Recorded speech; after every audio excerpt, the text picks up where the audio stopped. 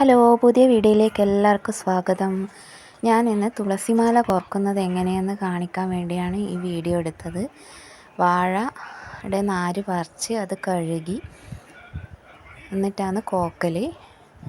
തുളസി ഇടിയുണ്ട്, കൃഷ്ണ തുളസി ഉണ്ട്, സാധാരണ മറ്റേ തുളസിയുണ്ട്. കൃഷ്ണ തുളസിയാണ് ഞാനിപ്പോൾ കോക്കാൻ നോക്കുന്നത്. അതിൻ്റെ അകത്തെ അരി പോലത്തെ ആ ഒരു പൂ പോലെയുള്ള സാധനം പറിച്ചങ്ങ് കളഞ്ഞാൽ തുളസി നല്ലോണം തേക്കുന്നാന്ന് പറയൽ. ഞാനതുകൊണ്ട് കുറേ കണ്ടത് കൊണ്ട് ഇതങ്ങ് പൊട്ടിച്ച് ചാടി.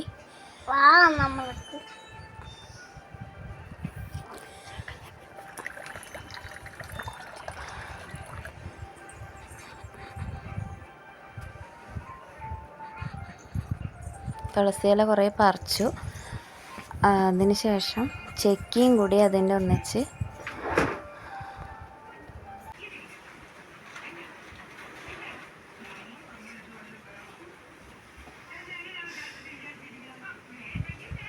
തുളസിയും ചെക്കിയും പറിച്ചു കഴിഞ്ഞു.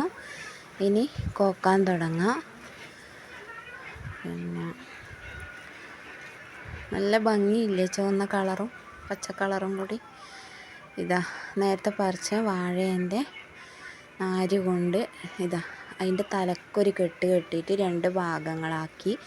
എന്നിട്ട് ഒരു നാരിൻ്റെ അകത്ത് അങ്ങോട്ടും ഇങ്ങോട്ടും ആക്കിയിട്ടാണ് തുളസി വെക്കുക. ഒരു തുളസി ഇങ്ങോട്ടാണെങ്കിൽ ഒരു തുളസി അങ്ങോട്ടാക്കിയിട്ട് ആണ് അത്. എന്നിട്ട് 3 വട്ടം രണ്ടും കൂടി ചൊറക്കുക, അങ്ങോട്ടും ഇങ്ങോട്ടും 3 വട്ടം ചൊറക്കുക. അങ്ങനെ 3 വട്ടം ടൈറ്റിൽ ചൊറച്ച് മേലോട്ടേക്കത് കയറ്റി കഴിഞ്ഞാൽ നല്ലോണം ടൈറ്റിൽ നിൽക്കും അത്. നമ്മുടെ തുളസിമാല കോർത്ത് കഴിഞ്ഞു.